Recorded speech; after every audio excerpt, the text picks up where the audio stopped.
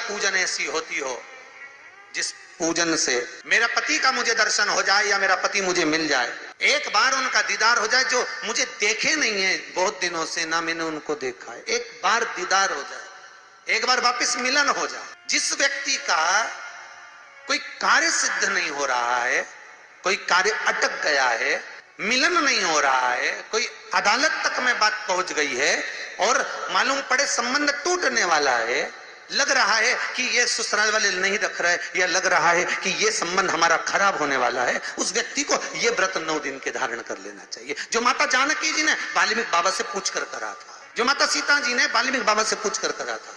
तो वाल्मीकि बाबा ने कहा, जानकी अये सीते सुनो, एक व्रत है, एक उपवास है, एक व्रत है, एक साधना है, अगर वो तुम कर लोगी 9 दिन तक तो ये पक्का है कि तुम्हारे पति के दर्शन तुम्हें हो जाएगा और तुम्हारे पुत्रों को भी तुम्हारे पति का दर्शन हो जाएगा, उनके पिता का दर्शन।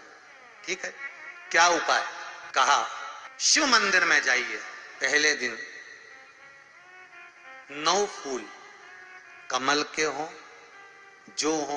जो मिल जाए, परंतु एक जैसे फूल होना चाहिए। ये नहीं कि आज तुमने गुलाब का चढ़ाया, कल कमल का चढ़ा दिया, परसों गेंदा का चढ़ा दिया, नरसों चमेली का चढ़ा दिया, फिर रात रानी का चढ़ा दिया, ऐसे फूल ना चढ़ाए। एक जैसे फूल 9 दिवस तक। सीते हे जानकी, हे पुत्री, शिव मंदिर में जाकर अपने पति का स्मरण कर कर, कार्य का स्मरण कर कर 9 फूल प्रथम दिन घी का दिया लगाकर आप भगवान शंकर को कामना कर कर समर्पित करती हो। दूसरे दिन वही फूल दुगने हो जाना चाहिए, 18। तीसरे दिन फिर 9 जोड़ लो, 27, फिर 9 जोड़ लो, फिर 9 जोड़ लो, जोड़ते जोड़ते 90 दिन 81, कितने हो गए? ऐसे पुष्प शंकर भगवान को समर्पित करना। 10वां दिन होगा, पुत्री शिव कृपा करेंगे और तुम्हें अपने पति का दर्शन जरूर होगा। कर सकती हो? सीता जी बोली, कर तो लूंगी, पर दिक्कत एक है। क्या? इतने में फूल चढ़ाऊं और फूल नहीं मिले तो? इतने में वहीं पर लव खड़ा हुआ था, पुत्र लव खड़ा हुआ था। उसने कहा, मां चिंता क्यों करती है, फूल मैं ला कर दूंगा, तू तो बस व्रत धारण कर। यही गुप्त नवरात्रे का व्रत, इसी आषाढ़ी नवरात्रे का व्रत मां जानकी ने करना प्रारंभ करा और पुष्प लाने के लिए लव जाता। पहले 9 फूल तो आश्रम में मिल गए, दूसरे 27 फूल, 18 फूल भी आश्रम में मिल गए।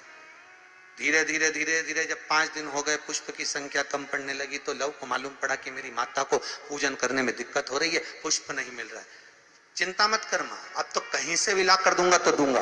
और गया लव जहां एक सुंदर सा सरोवर था। सरोवर के दरवाजे पर द्वारपाल खड़े हुए थे, अंदर नहीं जाने दिया। मुझे जाने दो, मुझे पुष्प चाहिए, मेरी माता पूजन कर रही। द्वारपालों ने पकड़ना चाहा, मना करा, नहीं माना। लव इनको पटक कर अंदर प्रवेश कर गया, फूल लेकर आया, माता को दिया। धीरे धीरे पुष्प आते रहे, चलता रहा। खबर पहुंच गई श्री राम जी महाराज के पास में कि कोई वाल्मीकि बाबा का शिष्य आता है और सरोवर के सारे कमल के फूल तोड़कर ले जाता है। बड़ा उद्दंड है, सैनिकों को मार देता है। सैनिक वो पड़े दूरों। राम जी को सूचना मिली, आज 9वां दिन था, माता जानकी इंतजार कर रही है पुष्प आए। इतने में चारों तरफ सेना को लगा दिया गया कि आज सरोवर का एक पुष्प नहीं जाना चाहिए। और लव का युद्ध प्रारंभ हो गया उस अयोध्या के सरोवर पर। अंत में सबको पटक कर लव 81 फूल लेकर पहुंचे और मां से कहा, मां आज आखिरी का दिन है, शिव को रिझा ले। और माता ने शंकर भगवान को फूल चढ़ाया। 10वें दिन सूचना आ गई वाल्मीकि बाबा के पास में, तुम्हारा कोई शिष्य है लव, बड़ा उद्दंडी है, या तो उसको लेकर आओ, नहीं तो हमारी सेना उसको पकड़ने के लिए आ रही है। और किस माता का पुत्र है उस माता को भी लेकर आना, और किस भाई का भाई है वो उसको भी लेकर आना। और गुरुदेव, आपने बालक को क्या सिखाया कि वो इतनी उद्दंडता कर रहा, आप भी आना, नहीं तो हम सेना लेकर पहुंचे। वाल्मीकि बाबा ने लिखकर पहुंचा दिया, चिंता मत करो, हम पूरे ही आएंगे। वाल्मीकि बाबा को तो मालूम था व्रत पूरा हो चुका है तो दर्शन तो होना ही है, भले कैसे भी हो, भले लड़ाई से हो, विवाद से हो, पर खबर तो आ गई ना, समझौता कि कड़ी तो जुड़ गई ना।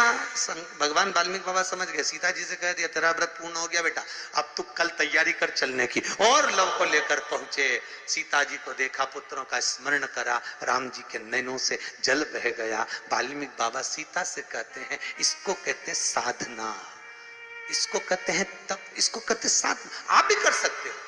आनंद रामायण का ये प्रसंग वर्णन करता है कि हम भी क्यों ना कर सकते। गुप्त नवरात्र चालू हो गया, गुप्त नवरात्र करो आराधना, कुछ नहीं तो एक फूल तो शंकर को चढ़ाना चालू करो, कम से कम एक पुष्प तो चढ़ाओ।